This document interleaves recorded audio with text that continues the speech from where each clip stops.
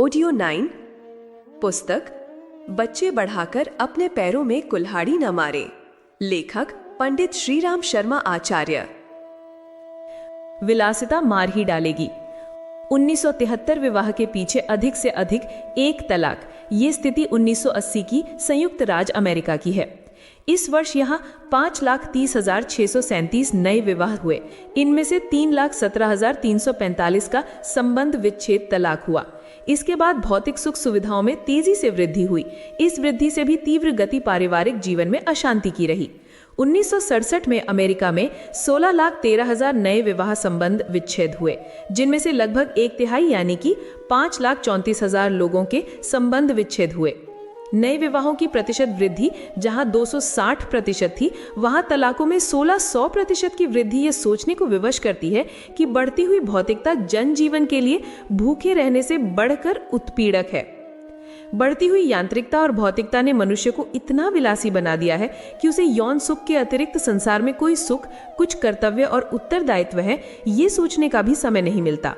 अनियंत्रित भोग वासना ने यूरोप के सारे समाज को चरित्र भ्रष्ट कर दिया है।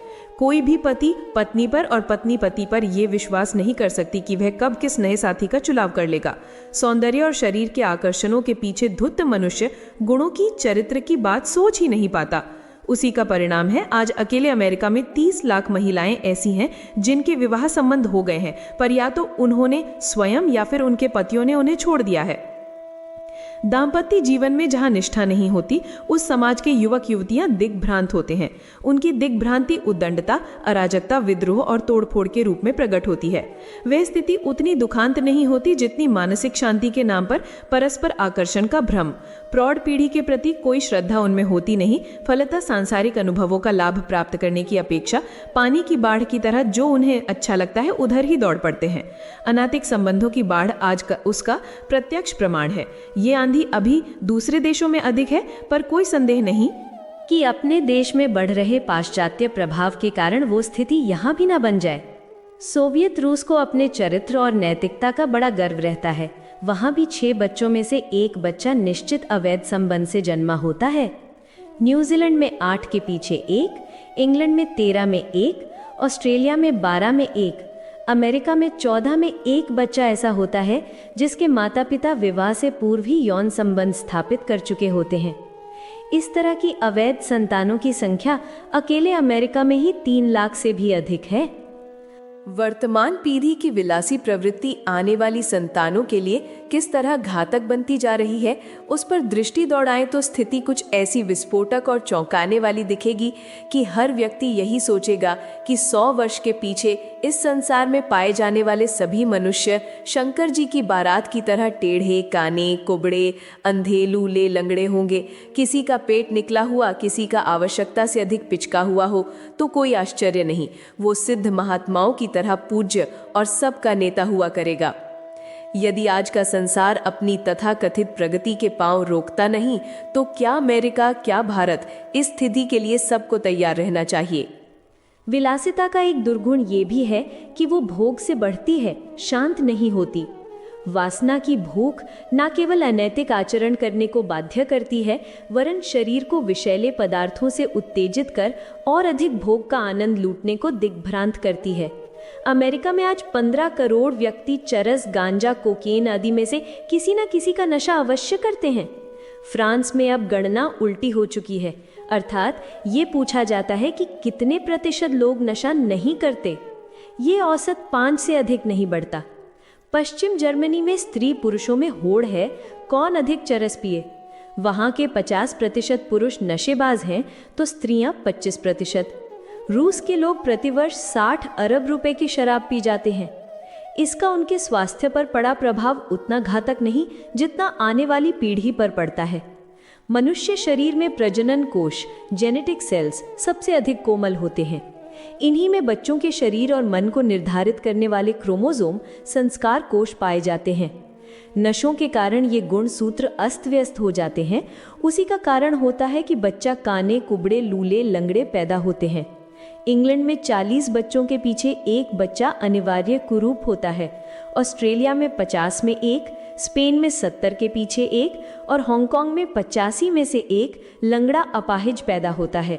अमेरिका में प्रति वर्ष 2,50,000 बच्चे पैदा होते हैं जिनके शरीर का कोई ना कोई अंग विकृत अवश्य होता है।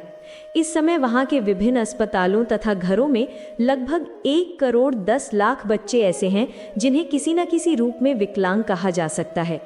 वो ना तो किसी मोटर दुर्घटना का परिणाम होगा, न मोच या चोट का। स्पष्ट है कि ये सब लोगों के आहार विहार और जीवन पद्धति का दोष है जो आगामी पीढ़ी को दोषी बना रहा है। यौन सुख की अनियंत्रित बाढ़ आज के भौतिकतावाद की भयंकर देन है।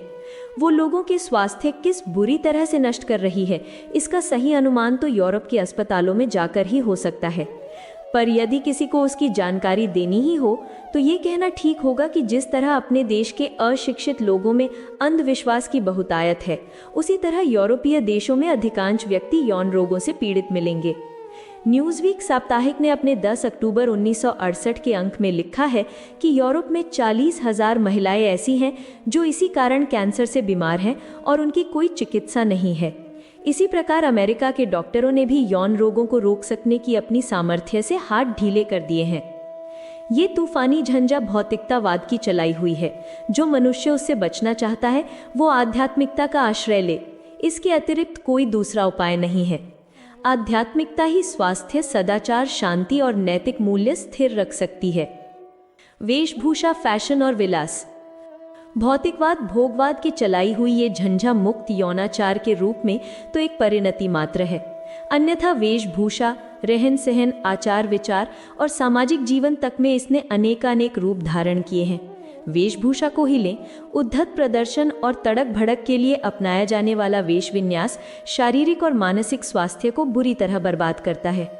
आधुनिक फैशन और मॉडर्न रहन सहन शारीरिक स्वास्थ्य पर क्या प्रभाव डालता है, ये जानने के लिए पश्चिमी देशों के कई मनीषियों ने शोध की है।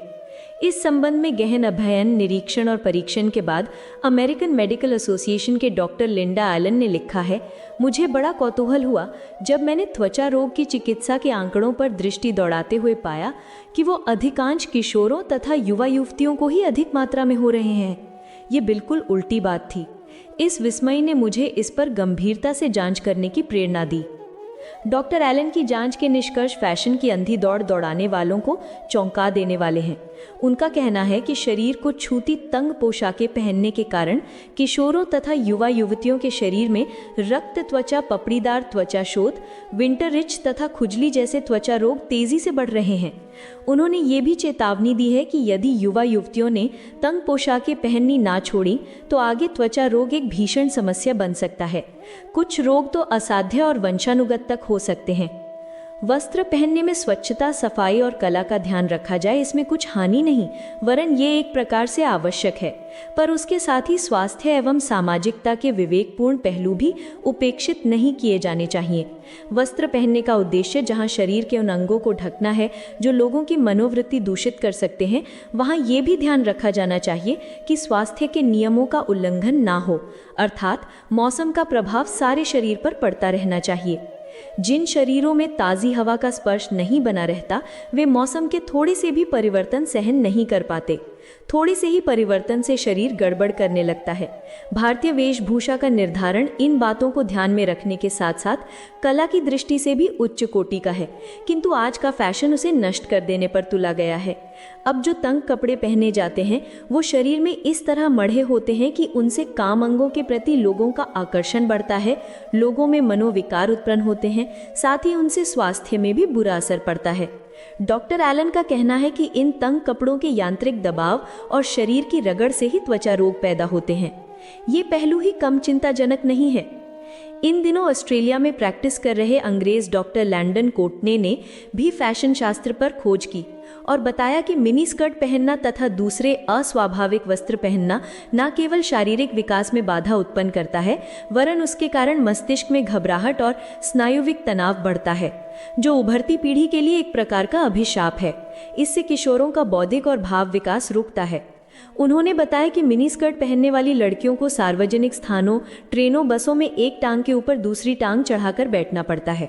अधिक क्रॉसिंग से अबडक्टर पेशियां सिकुड़ जाती हैं, जिससे कद छोटा हो जाने की संभावनाएं बढ़ जाती हैं। साथ ही इस तरह की अस्वाभाविक पोशाक पहनने वालों का अपने ही ऊपर ध्यान बना रहता है। हर आगंतुक के प्रति उनमें घबराहट सी होती है, जो उनमें स्नायुविक दुर्बलता पैदा करती है। यदि नई पीढ़ी को इन दोषों से बचाना है तो फैशन की बाढ़ को रोकना पड़ेगा। उसकी आज्ञा संस्कृति ही नहीं, विज्ञान भी नहीं देता। वेशभूषा की मनोवैज्ञानिक कसौटी। एक तो नहीं, संपूर्ण 6 वर्ष तक उसने पार्कों, थिएटरों, छवि गृहों और दूसरे सार्वजनिक स्थानों के चक्कर काटे। एक नहीं, हजारों फोटोग्राफ लिए और जिस की फोटोग्राफ लिए उनके व्यक्तिगत जीवन का परिचय और अध्ययन किया। सोचते होंगे होगा कोई व्यर्थ के कामों में समय गंवाने वाला फक्कड़, पर नहीं, वो है लंदन के एक प्रसिद्ध मनोवैज्ञानिक श्री नेक हेरोल्ड, जिन्होंने इतने वर्ष के अध्ययन से महत्वपूर्ण निष्कर्ष ये निकाला कि वेशभूषा का मनुष्य के चरित्र, स्वभाव, शील और सदाचार से गहनतम संबंध है। पुरुषों की तरह की वेशभूषा धारण करने वाली नवयुवतियों का मानसिक चित्रण और उनके व्यवहार की जानकारी देते हुए श्री हेरोल्ड लिखते हैं, ऐसी युवतियों की चाल ढाल, बोलचाल और उठने बैठने के तौर तरीकों में भी पुरुष के से लक्षण प्रकट होने लगते हैं। वो अपने आप को पुरुष सा अनुभव करती हैं, जिससे उनके लज्जा आदि नारी सुलभ गुणों का ह्रास होने लगता है। स्त्री जब स्त्री न रहकर पुरुष बनने लगती है, तब वो न केवल पारिवारिक उत्तरदायित्व निभाने में असमर्थ हो जाती है, वरन उसके वैयक्तिक जीवन की शुद्धता भी धूमिल बढ़ने लगती है। पाश्चात्य देशों में दाम्पत्य जीवन में उग्र होता हुआ अविश्वास उसी का एक दुष्परिणाम है।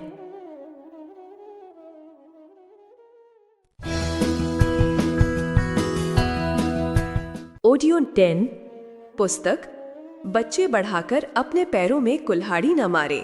लेखक पंडित श्रीराम शर्मा आचार्य। श्री हेराल्ड ने अपना विश्वास व्यक्त किया कि भारतीय आचार्यों ने वेशभूषा के जो नियम और आचार बनाए वो केवल भौगोलिक अनुकूलता ही प्रदान नहीं करते, वरन स्त्री पुरुषों की शारीरिक बनावट का दर्शक पर क्या प्रभाव पड़ता है, उस सूक्ष्म विज्ञान को दृष्टि में रखकर भी बनाए गए हैं।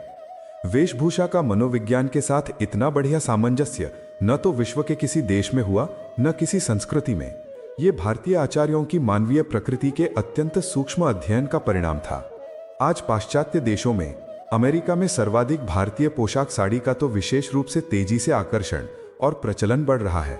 दूसरी ओर अपने देश के नवयुवक और नवयुवतियां विदेशी और सिनेमा टाइप वेशभूषा अपनाते चले जा रहे हैं।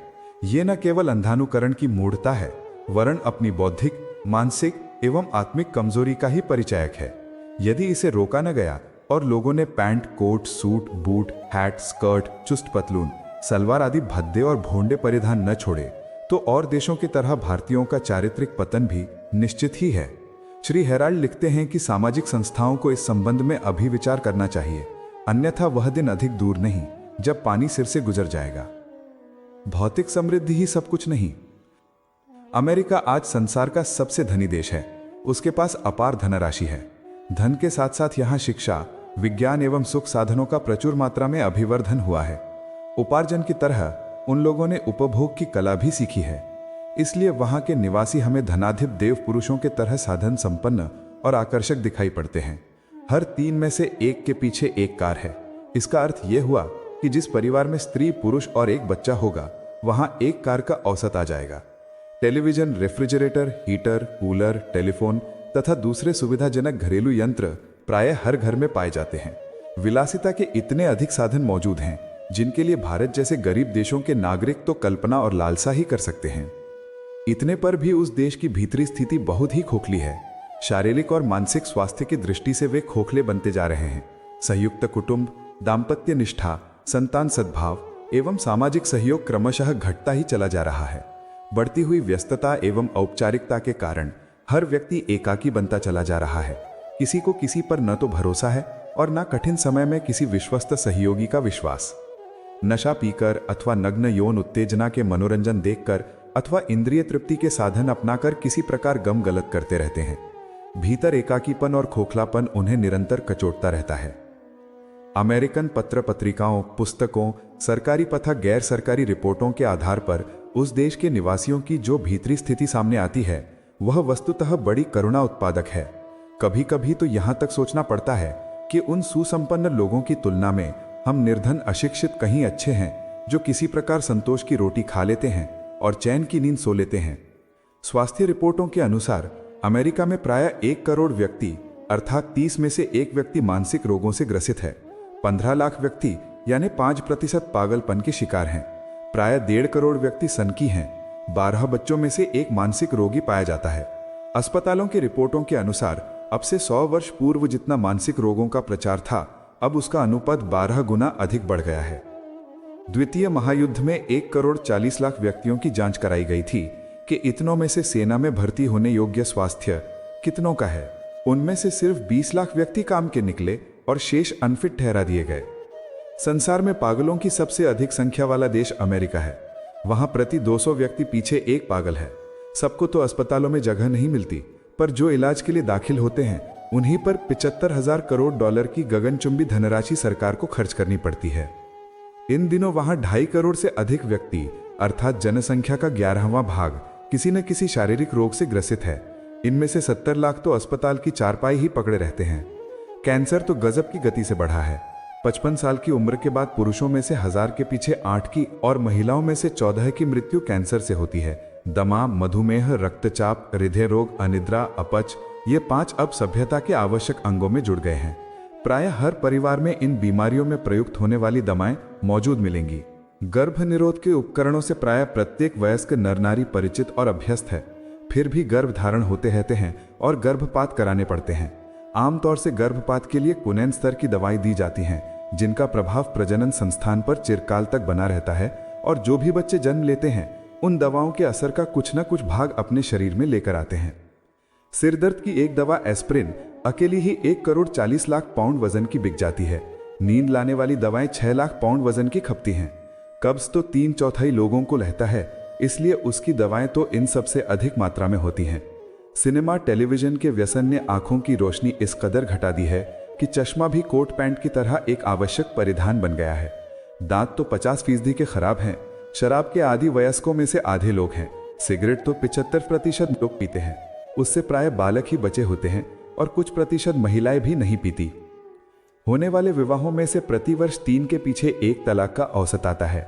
हर वर्ष प्राय 11,50,000 गंभीर अपराध होते हैं। 29,000 आत्महत्याएं करते हैं। 7 से 17 वर्ष की आयु वाले अल्पवयस्कों में से 2,65,000 को गिरफ्तार करके पुलिस अदालतों के समक्ष प्रस्तुत करती है। उस देश में एस्प्रिन दवा का अब इतना अधिक प्रचलन हो गया है कि वो गांव-गांव और घर-घर जा पहुंची है। सिर दर्द या दूसरे दर्द अनुभव में ना आए, इसके लिए उसका प्रयोग होता है। अकेले अमेरिका में उसकी वार्षिक खपत 27 करोड़ पाउंड है। मानसिक उद्वेगों ने धीरे धीरे उस देश में सिरदर्द के एक चिरस्थायी मर्ज के रूप में अपने पैर जमा लिए हैं। नींद लाने की गोलियां भी उस देश में अब एक दैनिक आवश्यकता की वस्तु बन गई हैं। ये तथ्य बताते हैं कि भोगवाद से प्रेरित भौतिक समृद्धि को ही बढ़ाते रहना एकांकी तथा हानिकारक है। शिक्षा, विज्ञान, विचार, साहित्य, उद्योग, व्यवसाय और साधन सुविधाओं का विकास करना और समृद्धि बढ़ाना अच्छी बात है, लेकिन यदि यहीं तक सीमित रह गया तो उससे लाभ की अपेक्षा हानि ही अधिक है। इन साधनों के साथ मनुष्य का नैतिक और चारित्रिक स्तर भी बढ़ाते चलना मनुष्य समाज के लिए हितकर होगा। इस ओर ध्यान दिए बिना मात्र भौतिक समृद्धि को बढ़ाते रहना, विलासिता के साधनों में अभिवृद्धि करते रहने से मनुष्य के अस्तित्व पर मंडराता यह विनाश का संकट बढ़ेगा ही घटेगा नहीं। समस्या के रचनात्मक समाधान। आधुनिक भोगवाद को उपयोगितावाद भी कहा जा सकता है। उपयोगितावाद केवल ऐन्द्रिक सुख को प्रधानता देता है और कहता है कि यही सुख प्रत्यक्ष और तर्कसंगत है। चूंकि सुख मनुष्य का अंतिम लक्ष्य है, इसलिए ऐसा कोई भी साधन जो सुख की प्राप्ति में सहायक हो, उसे प्राप्त करने के लिए व्यक्ति स्वच्छंद है। इस स्वच्छंदता का दुष्परिणाम जनसंख्या वृद्धि और नैतिक स्तर में आई गिरावट के रूप में देखा जा सकता है। उपयोगितावाद प्राणी मात्र के प्रति कर्तव्य और सहानुभूति के भाव को नहीं मानता। उसका कहना है कि किसी भी नियम का प्रतिपादन प्रकृति के गुण और स्वभाव के अनुसार होना चाहिए। इस सिद्धांत के जनक जॉन स्टुअर्ट मिल का कहना है कि जो काम जितना आनंद की ओर ले जाता है उतना ही अच्छा है, तथा जो आनंद से जितनी विपरीत दिशा में ले जाता है उतना ही बुरा है। प्रकृति का सिद्धांत यह है कि बड़ी मछली छोटी मछली को खा जाती है, बड़े वृक्ष छोटे पौधों को पनपने नहीं देते, बड़े जीव छोटे जीवों की सत्ता और स्वतंत्रता का अपहरण करते रहते हैं, उन्हें मारकर खाते रहते हैं। यही सिद्धांत सभी पर लागू होता है, अर्थात सुख की पूर्ति के लिए स्वच्छंदता ही नहीं, शक्तिवाद भी सही है। वास्तविकता यह है कि प्रकृति का यह नियम सनातन नहीं, अपवाद है। अधिकांश प्रकृति परोपकार के नियम का अनुसरण करती है। वृक्ष अपने फल आप सेवन नहीं करते, नदियां औरों के लिए बहती हैं, सूर्य भ्रमण करता है जिससे सर्वत्र शक्ति चेतनता विकसित होती रहे। जियो और जीने दो, प्रयत्न करो और शाश्वत सुख की प्राप्ति करो। उसके लिए यदि भौतिक जीवन को तपोमय बनाना पड़े तो बनाना चाहिए। ये विश्व का नैसर्गिक नियम है और संपूर्ण भारतीय संस्कृति उसी पर आधारित है। इसी कारण भारतीय जीवन में आज भी अपेक्षाकृत अधिक शांति और सौहार्द बना हुआ है। उपयोगितावाद का कहना है कि पुण्य की कामना ही नहीं करनी चाहिए। इस मान्यता ने मनुष्य जीवन के आदर्श को ही उलट पुलट कर दिया है, जबकि जीवन का वास्तविक लक्ष्य है प्रेम, दया, भ्रातृभाव व आध्यात्मिकता। पर तथाकथित उपयोगितावाद में इनका कोई उल्लेख नहीं। भौतिकतावादी सुख की ही प्रधानता रह गई है। परिणाम, मशीन और वासना की भीड़ का अस्तित्व समाप्त हो गया। चारों ओर भयंकर प्रतिद्वंद्विता, सुखों में औरों को पछाड़ने की अंधी दौड़ चल रही है। धन की अदम्य लालसा ही जीवन का प्रधान लक्ष्य बन गया है। उसके नीचे सेवा, सद्भावना, त्याग और भलमनसाहत का जीवन दबा पड़ा है। कहीं भी शांति दृष्टिगोचर नहीं हो रही। ब्रिटेन, फ्रांस, जर्मनी आदि यूरोपीय समृद्ध देशों में ही नहीं, संयुक्त राज्य अमेरिका जैसे धनी देश में भी 8 सेकंड पर एक अपराध अर्थात प्रतिदिन 10,800 अपराध होते हैं। भारतवर्ष में जहां पाश्चात्य जीवन की हल्की लहर सी आई है, उसका कुप्रभाव गृह मंत्रालय के ये आंकड़े बताने लगे हैं। सन 1959 में हस्तक्षेप योग्य 6,20,326 अपराध भारतवर्ष में हुए। ये संख्या सन 1964 में 7,56,013 तक पहुंची। 1965 में जुलाई, अगस्त, सितंबर कुल 3 महीनों में 1,58,000 अपराध हुए। बड़े आश्चर्य की बात है कि उत्तर प्रदेश में शिक्षा प्रसार के साथ साथ युवक युवतियां नए नए अपराधों की ओर प्रेरित हो रहे हैं। 1962 में उत्तर प्रदेश में प्रति 1 लाख व्यक्ति के पीछे पुलिस के ध्यान देने 17.3 अपराध सुशिक्षितों द्वारा किए गए। शिक्षितों में अपराधी मनोवृत्ति का बढ़ना मानवीय सभ्यता पर कलंक तो है, पर उसे उपयोगितावाद और भौतिक सिद्धांतों की ही देन मानना पड़ेगा। इसका प्रत्यक्ष प्रमाण हिप्पी दर्शन है, जो अब से कुल 52 ही वर्ष पूर्व अमेरिका में आविर्भूत हुआ। 15 से 20 वर्ष तक कच्ची आयु के युवकों और युवतियों ने आज के जटिल और भौतिकवादी जीवन से ऊबकर एक नए दर्शन को जन्म दिया, जिसे ना तो पुरातन संस्कृति कह सकते हैं ना अधुनातन। दोनों के बीच की एक दिग्भ्रांत दिशा है ये हिप्पी दर्शन, जिसका तात्पर्य है समाज की वर्तमान सभी मान्यताओं को तोड़ फोड़ कर चकनाचूर कर देना। ये अमेरिका के लिए ही नहीं, सारे सभ्य जगत के लिए एक चेतावनी है कि यदि भौतिक दिशा में इसी तरह कदम बढ़ते रहे और आध्यात्म के सच्चे स्वरूप को, जो अंतःकरण से प्रस्फुटित होता है, ना पहचाना, माना और जाना गया, तो ऐसे ऐसे अनेक दर्शन उठ पड़ेंगे और तब मानवीय सभ्यता का दृश्य ही कुछ और होगा। भोगवाद का विद्रोह, विस्फोट। हिप्पियों की जीवनचर्या अथवा कार्य पद्धति में कोई सुख सुविधा भरी नहीं है। समाज का सहयोग भी प्राप्त नहीं होता और न कमाई के प्रचुर आर्थिक स्रोत ही उनके पास हैं। निरुद्देश्य और असामाजिक रीति नीति जहां उन्हें उपहासास्पद बनाती है, वहां सहानुभूति से भी वंचित करती है। ऐसा कष्ट साध्य मार्ग वे किसी भौतिक सुख सुविधा के लिए चुन रहे हों, ऐसा नहीं लगता। धूर्तों जैसे छल प्रपंच भी उनके क्रियाकलाप में सम्मिलित नहीं है। भरी जवानी में इस प्रकार अवधूतों जैसे आचरण में इतने प्रतिभाशाली जीवन क्यों लग पड़े, इस तथ्य पर गंभीरतापूर्वक विचार किया जाना चाहिए। सिर फिरों की सनक कहकर सस्ता समाधान नहीं ढूंढा जाना चाहिए। हिप्पीवाद का आरंभ थोड़े से बीटल किशोरों द्वारा हुआ। उन्होंने सड़कों पर गीत गाकर समाजगत कुत्साओं और व्यक्तिगत कुंठाओं पर करारे व्यंग्य किए और कहा, स्वस्थ मनुष्यता पर दुष्ट नियंत्रण इतने अधिक हावी हो गए हैं कि जो यथार्थ है उसे ढूंढ निकालना अब संभव नहीं रहा।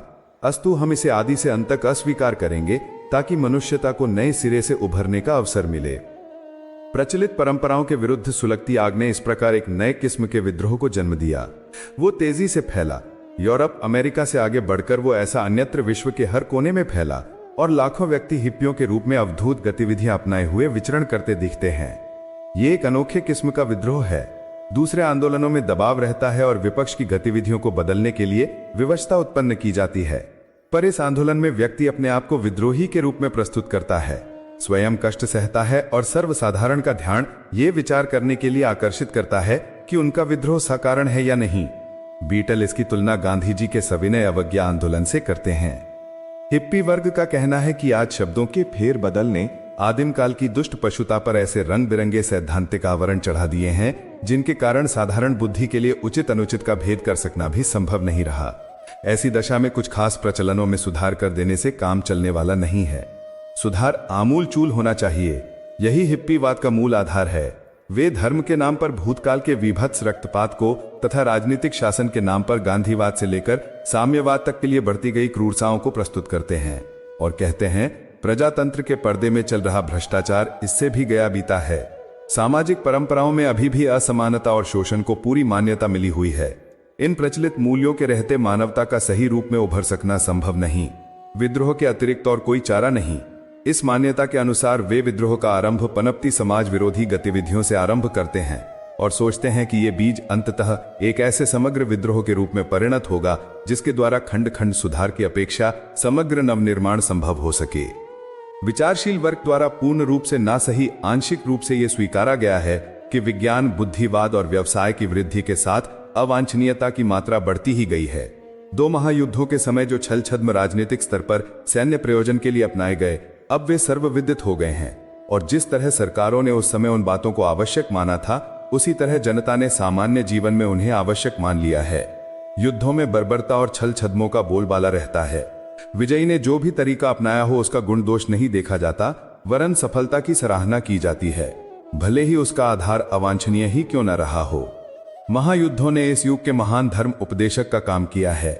छुटपुट लड़ाइयां भी देश देशों के बीच लड़ी जाती रही हैं। उनके साथ जुड़े हुए राजनीतिक दांव पेच और सैन्य चातुर्य को हर किसी ने समझा है और देखा है कि नीति अनीति के पचड़े में कोई नहीं पड़ता। अपनी धींगामस्ती को हर कोई सिद्धांतों के आवरण में लपेटकर इस तरह प्रस्तुत करता है कि सत्य को असत्य और असत्य को सत्य कहने में कुछ कठिनाई अनुभव नहीं। समय ने यह सिखाया है कि सफलता का नाम ही सत्य है, फिर चाहे उसका आधार कुछ भी क्यों ना रहे। युद्ध नीति ने अब पूरी तरह व्यक्तिगत जीवन नीति का प्रामाणिक स्वरूप प्राप्त कर लिया है। हर व्यक्ति अपने निजी स्वार्थ, सुख, विनोद और वर्चस्व के लिए कुछ भी कर गुजरने को तत्पर है। मनुष्यों का समूह ही समाज है। लोग जिस स्तर के होते हैं समाज भी उसी स्तर का बन जाता है। हिप्पी वर्ग के अनुसार यही आज की ऐसी असह्य स्थिति है जिसे बदला ना गया तो मनुष्य की पिशाच प्रवृत्तियां घटेंगी नहीं, बढ़ती ही जाएंगी। हिप्पी वर्ग के इस मूल प्रतिपादन से निष्पक्ष वैचारिकी बहुत हद तक सहमत है। मतभेद का प्रधान मुद्दा यह है कि भ्रष्टता को महाभ्रष्टता से नहीं रोका जा सकता। विद्रोही को भी अपनी कुछ मान्यता और आस्था चाहिए। वो क्या चाहता है, उसका लक्ष्य किस प्रकार के किस निर्माण का है, उसका स्वरूप भी स्पष्ट करना चाहिए।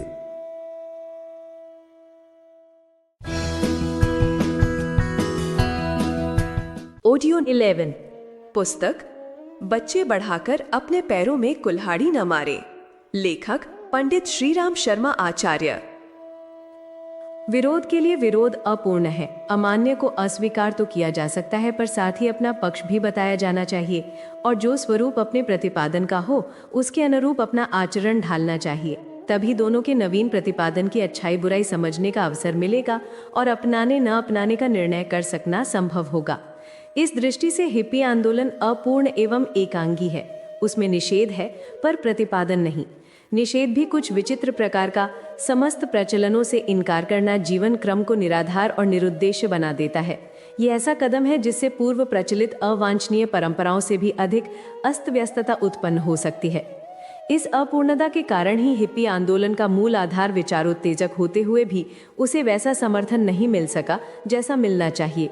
कीचड़ से कीचड़ धोने की तरह ही हिप्पीवाद का यह प्रयास है कि अवांछनीयता का निराकरण अस्त व्यस्तता द्वारा किया जाना। धार्मिक, सामाजिक, राजनैतिक और दार्शनिक बंधनों का जाल जंजाल मनुष्य की मूलभूत विशेषता को नष्ट भ्रष्ट किए दे रहा है। ये सिद्ध करते हुए पॉल सार्त्र ने सर्वतंत्र स्वतंत्रता की आवश्यकता की मांग की है। दार्शनिक गिन्सबर्ग ने वांछनीयता के आवरण से ढके हुए अवांछनीय प्रतिबंधों की भर्त्सना की है और कहा है कि अवैज्ञानिक प्रतिबंधों से मनुष्य सदाचारी नहीं, पाखंडी ही बन सकता है। टॉमस लेयरी ने सलाह दी है कि विचारशील लोग दुनिया का साथ छोड़ दें, वर्तमान ढर्रे की हर प्रथा से इनकार करें ताकि विद्रोहियों का एक विशेष वर्ग खड़ा हो सके। कामू ने प्रचलित संस्कृति को असभ्यों की सभ्यता नाम दिया है। ये बंधन विद्रोह विभिन्न क्षेत्रों में फूटा है।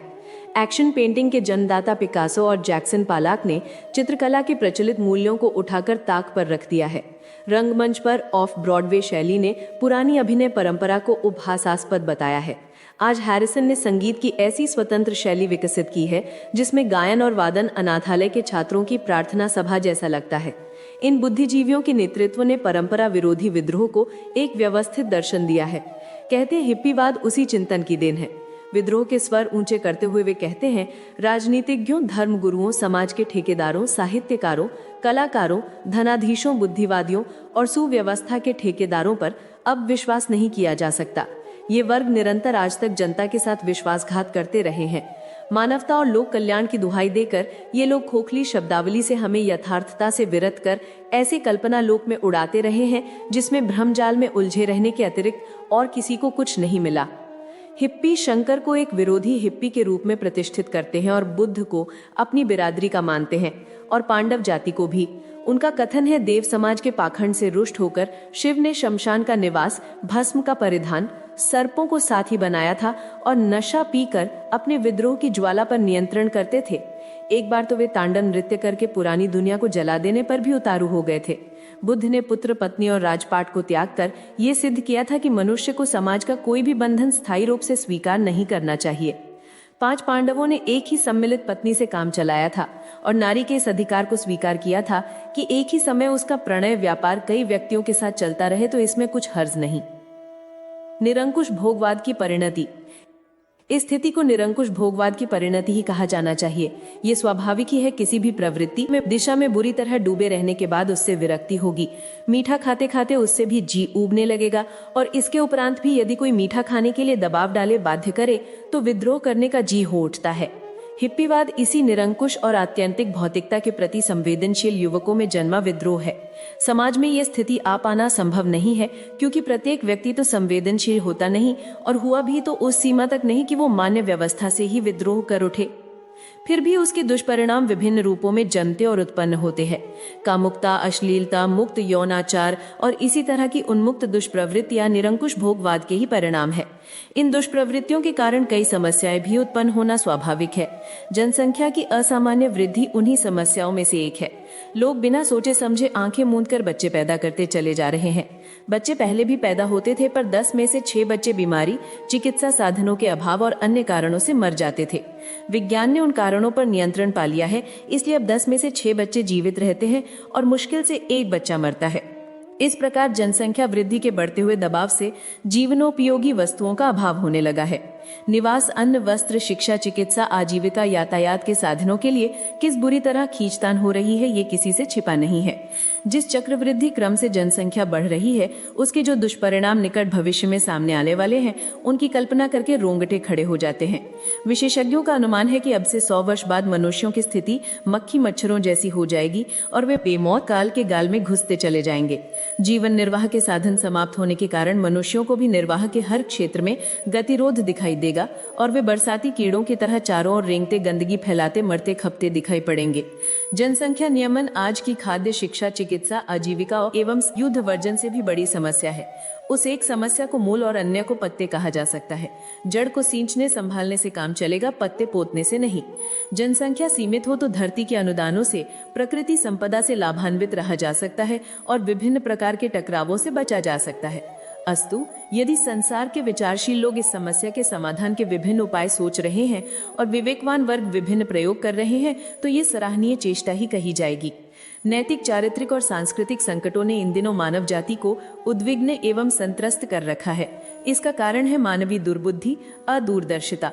दाम्पत्य जीवन का उच्च स्तरीय आनंद लेते हुए ही जनसंख्या वृद्धि को रोका जा सकता है और वैज्ञानिक प्रगति से संसार से दरिद्रता, रुग्णता, अशिक्षा और पिछड़ेपन को दूर किया जा सकता है। यदि मानवीय दुर्बुद्धि को रोका जा सके और उसका स्थान सद्भावना को, विवेकशीलता को मिल सके तो उलझी हुई गुत्थियां सुलझ सकती हैं। ये किया जाए। इन दिनों प्रबुद्ध वर्ग में ये विचार दिन दिन जोर पकड़ रहा है कि लोग अविवाहित जीवन व्यतीत करें। यदि विवाह भी करें तो संतानोत्पादन न करने का आरंभ से ही निश्चय कर लें। जिनकी आर्थिक, बौद्धिक एवं शारीरिक क्षमता संतान को समुन्नत बनाने की है, वे न्यूनतम संख्या में बच्चे पैदा करें। 1 या 2 पर्याप्त माने जाने चाहिए। ये विचार न केवल चिंतन क्षेत्र में ही वरन कार्यान्वित भी किए जा रहे हैं। इस दिशा में कई देश बहुत आगे हैं। जापान क्षेत्रफल की दृष्टि से बहुत छोटा देश है। वहाँ के प्राकृतिक साधन भी स्वल्प हैं। इस वस्तुस्थिति से हर नागरिक परिचित है। वे जानते हैं कि यदि अनियंत्रित सीमा में बच्चे पैदा किए जाने लगे तो वो छोटा सा टापू 50-40 वर्ष के भीतर ही टिड्डी दल की तरह मनुष्यों से भर जाएगा और वे बरसाती मक्खी मच्छरों जैसी अभावग्रस्त होकर बेमौत मरेंगे। इस दयनीय दुर्दशा के खतरे को समझकर वहां का हर नागरिक इस बात के लिए सचेष्ट रहता है कि जनसंख्या बढ़ने ना पाए। यही कारण है कि हजारों वर्ष से समुन्नत स्थिति का वो देश उपभोग कर रहा है और उन खतरों से बचा हुआ है जो भारत जैसे देश के सर पर नंगी तलवार की तरह नाच रहा है। जापान के नर नारी विवाह से बचते हैं। उनमें से प्रायः 1/3 लोग आजीवन अविवाहित रहते हैं। जो विवाह करते हैं वे बच्चे न होने की आवश्यक व्यवस्था अपनाए रहते हैं। जो बच्चे पैदा करते हैं उनकी संख्या कम ही होती है। वे सभी 1 या 2 संतान के बाद उस झंझट को समाप्त कर देते हैं। ये किसी से छिपा नहीं है कि पिता की आर्थिक स्थिति पर, माता के स्वास्थ्य पर, देश के विकास पर बढ़ती हुई संतान कितना अधिक भार डालती है। जितना बोझ उठाने की कंधों में सामर्थ्य हो उतना ही उठाना समझदारी है। उस देश में विवाह कमजोरी या मजबूरी का कारण माना जाता है और उसे उपेक्षणीय माना जाता है। वहाँ विवाहों की बधाई नहीं बढ़ती क्योंकि वो एक प्रतिगामी कदम माना जाता है। अब विवाहों की आयु बढ़ रही है। भारत जैसे देश के पागल लोग तो दूध मुए बच्चों के भी विवाह कर सकते हैं और उस संतान हत्या की खुशी भी मना सकते हैं, पर प्रगतिशील देशों के लोग ये सोचते हैं तब तक व्यर्थ का अडंगा उत्पन्न करके अपने विकास प्रयत्नों में अवरोध क्यों खड़ा किया जाए। निश्चित रूप से विवाह के साथ इतने अधिक उत्तरदायित्व सिर पर आते हैं कि आदमी उसके बोझ से दबता पिसता ही चला जाता है। उस गाड़ी को खींचने में उसका सारा कचूमर निकल जाता है। कोई बड़ी बात सोचना, कोई बड़े कदम उठाना, कोई प्रगति करना उसके लिए समय, शक्ति, चिंतन और धन के अभाव में संभव ही नहीं हो पाता। जो कुछ है वो इसी गृहस्थ की भट्टी में जलता चला जाता है। विवाह की आयु प्रगतिशील देशों में वो समझी जाती है जिसमें मनुष्य थकान अनुभव करने लगे और महत्वाकांक्षाओं की इतिश्री कर दे। जिन्हें विवाह करना होता है वे 40 वर्ष के पश्चात करते हैं ताकि अपने परिपक्व अनुभव से एक दूसरे के साथ अधिक अच्छी तरह निर्वाह कर सकें। नई उम्र के जोशीले बच्चे तो भावुकता के घोड़े पर चढ़े होते हैं। अभी प्राणाधिक प्यार, अभी उपेक्षा, अभी आवेश, अभी तलाक, अभी आत्महत्या। ये उपद्रव नई उम्र वाले ही करते हैं। प्रकृति के अनुसार बच्चे पैदा करने का उभार भी नई उम्र में ही होता है। ढलती आयु में उस उफान से शरीर स्वयं बचता है। स्थिर बुद्धि के अनुभवी लोग अपना सहयोग भी दूरदर्शी सहिष्णु सिद्धांतों के आधार पर शांत चित्त से निभा लेते हैं और एक दूसरे के लिए अधिक उपयोगी सहायक सिद्ध होते हैं। राष्ट्रसंघ द्वारा संग्रहित आंकड़ों की पुस्तक डेमोग्राफिक ईयर बुक के अनुसार संसार भर की औसत गणना के आधार पर महिलाएं 24 वर्ष की आयु में और पुरुष 27 वर्ष की आयु में विवाह करते हैं। आयरलैंड का अनुपात इस दृष्टि से सबसे ऊंचा है। वहां विवाह की आयु 31 वर्ष है। उस देश में आमतौर से महिलाएं 45 वर्ष बाद और पुरुष 54 वर्ष बाद विवाह बंधन में बंधना पसंद करते हैं। आधे लोग तो आजीवन अविवाहित ही रहते हैं। ये आंकड़े बताते हैं कि कुछ अनुभवहीन नर नारी 20-25 वर्ष की आयु में विवाह करते होंगे और कुछ दूरदर्शी लोग 40 के आसपास उस बंधन में बंधते होंगे। तभी तो अनुपात औसत इतना आता होगा।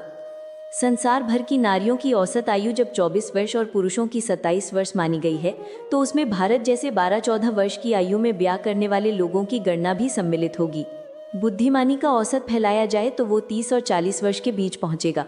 ये हवा यदि ठीक तरह चलने लगी और लोगों ने जनसंख्या वृद्धि के खतरे को ध्यान में रखते हुए व्यक्तित्वों को अधिक विकसित करने की आवश्यकता समझते हुए यदि विवाह की आयु बढ़ाने का ध्यान रखा तो सामने खड़ी सर्वनाशी विपत्ति से जरूर राहत मिलेगी। अक्सर ये दलील दी जाती है कि अविवाहित असंयमी हो जाते हैं।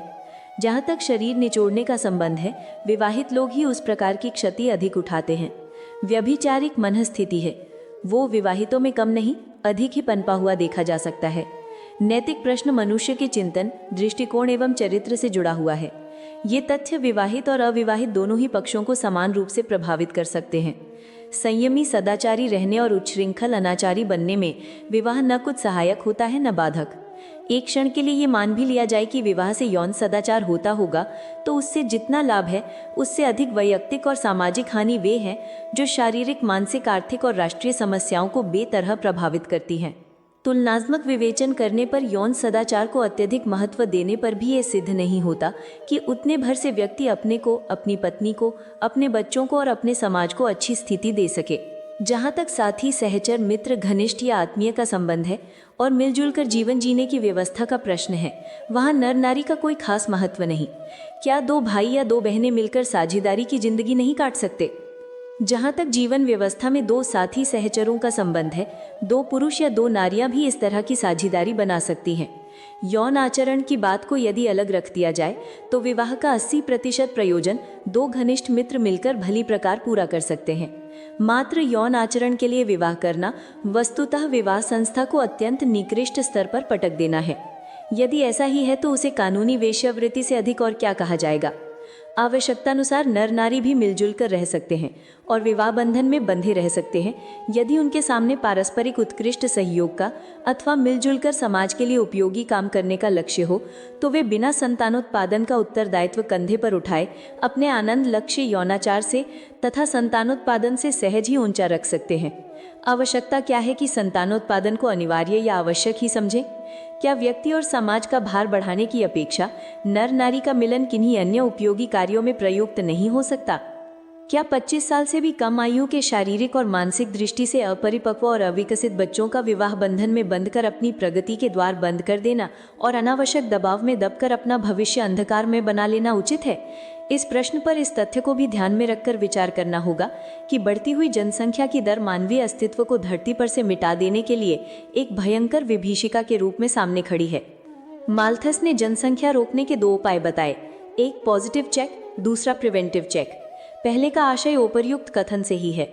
माल्थस कहते हैं, जनसंख्या बढ़ती है तो लोग पत्ते खाने को तरसते हैं, फिर प्रकृति अकाल, महामारी, भूखमरी आदि से उनका स्वयं संहार कर देती है। प्रिवेंटिव चेक का तात्पर्य ये है कि मनुष्य स्वयं निरोध कर ले, उससे वो सुरक्षित रह सकता है।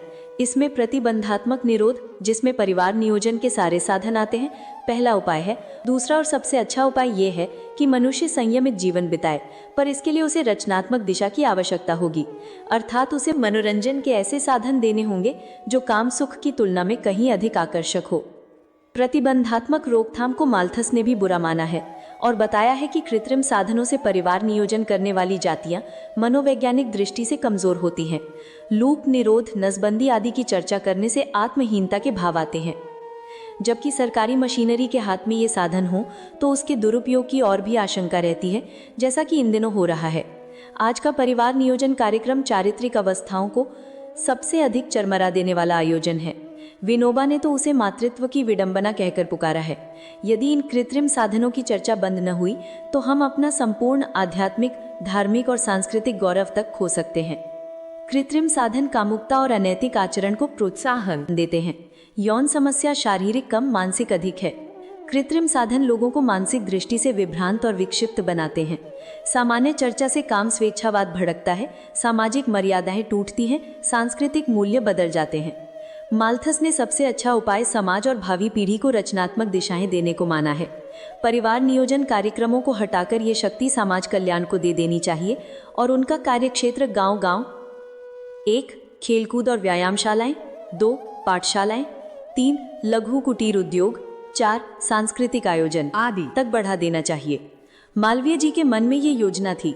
वे गांव-गांव में पाठशालाएं, व्यायामशालाएं और सांस्कृतिक आयोजनों के मंडल और पीठ स्थापित करने का एक विधिवत आंदोलन चलाना चाहते थे। उससे लोगों को स्वस्थ मनोरंजन मिलता और वर्तमान काम प्रवृत्ति से लोगों का ध्यान टूटता। महामना मालवीय जी की इस आकांक्षा को अब पूरा किया जाए तो हम जनसंख्या रोकने में सात्विक ढंग की सफलता प्राप्त कर सकते हैं। अन्यथा न रोकने का परिणाम वही होगा जो इस पुस्तक की प्रारंभिक पंक्तियों में दर्शाया गया है। युग ऋषि पंडित श्रीराम शर्मा आचार्य, संक्षिप्त परिचय। विचार क्रांति अभियान के प्रणेता। विचारों को परिष्कृत और ऊंचा उठाने में समर्थ 3000 से भी अधिक पुस्तकों के लेखन के माध्यम से विश्वव्यापी विचार क्रांति अभियान की शुरुआत की। वेद, पुराण, उपनिषद के प्रसिद्ध भाष्यकार, जिन्होंने चारों वेद, 108 उपनिषद, षड दर्शन, 20 स्मृतियां एवं 18 पुराणों का युगानुकूल भाष्य किया, साथ ही 19वां प्रज्ञा पुराण की रचना भी की। 3000 से अधिक पुस्तकों के लेखक, मनुष्य को देवता समान, घर परिवार को स्वर्ग, समाज को सभ्य और समग्र विश्व राष्ट्र को श्रेष्ठ बनाने में समर्थ, हजारों पुस्तकें लिखकर समयानुकूल समर्थ मार्गदर्शन प्रदान किया। युग निर्माण योजना के सूत्रधार, जिन्होंने शतसूत्री युग निर्माण योजना बनाकर नए युग की आधारशिला रखी। वैज्ञानिक आध्यात्मवाद के प्रणेता, जिन्होंने धर्म और विज्ञान के समन्वय की प्रथम प्रयोगशाला ब्रह्म वर्चस्व शोध संस्थान स्थापित कर सिद्ध किया कि धर्म और विज्ञान विरोधी नहीं, पूरक हैं। 21वीं सदी उज्जवल भविष्य के उद्घोषक, जिन्होंने 21वीं सदी उज्जवल भविष्य का नारा दिया और युग विभीषिकाओं से भयग्रस्त मनुष्यता को नए युग के आगमन का संदेश दिया। स्वतंत्रता संग्राम के कर्मठ सेनानी, जिन्होंने महात्मा गांधी, मदन मोहन मालवीय, गुरुवर रविंद्रनाथ टैगोर के साथ राष्ट्र की स्वाधीनता के लिए संघर्ष किया और स्वतंत्रता संग्राम सेनानी श्री राम मत के रूप में प्रख्यात हुए। गायत्री के सिद्ध साधक, जिन्होंने गायत्री और यज्ञ को रूढ़ियों और पाखंड से मुक्त कर जन जन की उपासना तथा सद्बुद्धि और सत्कर्म जागरण का माध्यम बनाया। तपस्वी, जिन्होंने गायत्री की कठोरतम साधना कर 24 लाख के 24 महापुरुष चरण 24 वर्षों में संपन्न किए, प्रकृति प्रकोप को शांत कर अनिष्टों को टाला, सृजन संभावनाओं को साकार किया। अखिल विश्व गायत्री परिवार के जनक, जिन्होंने अपने जीवन काल में ही अपने साथ करोड़ों लोगों को आत्मीयता के सूत्र में बांधकर विश्वव्यापी युग निर्माण परिवार गायत्री परिवार का गठन किया। समाज सुधारक, जिन्होंने नारी जागरण, व्यसन मुक्ति, आदर्श विवाह, जाति पांति प्रथा तथा परंपरागत रूढ़ियों की समाप्ति हेतु अद्भुत प्रयास किए और एक आदर्श समाज में प्रस्तुत किया। ऋषि परंपरा के उद्धारक, जिन्होंने इस युग में महान ऋषियों के महान परंपराओं की पुनर्स्थापना की, लुप्तप्राय संस्कार परंपरा को पुनर्जीवित कर जन जन को अवगत कराया। अवतारी चेतना, जिन्होंने धरती पर स्वर्ग के अवतरण और मनुष्य में देवत्व के जागरण की अवतारी घोषणा को अपना जीवन लक्ष्य बनाया और चेतना का ऐसा प्रवाह चलाया कि करोड़ों व्यक्ति उस ओर चल पड़े। गायत्री परिवार जीवन जीने की कला की संस्कृति के आदर्श सिद्धांतों के आधार पर परिवार, समाज, राष्ट्र युग निर्माण करने वाले व्यक्तियों का संघ है। वसुधैव कुटुंबकम के मान्यता के आदर्श का अनुकरण करते हुए हमारी प्राचीन ऋषि परंपरा का विस्तार करने वाला समूह है गायत्री परिवार। एक संत सुधारक, लेखक, दार्शनिक, आध्यात्मिक मार्गदर्शक और दूरदर्शी युग ऋषि पंडित श्रीराम शर्मा आचार्य जी द्वारा स्थापित ये मिशन युग के परिवर्तन के लिए एक जन आंदोलन के रूप में उभरा है।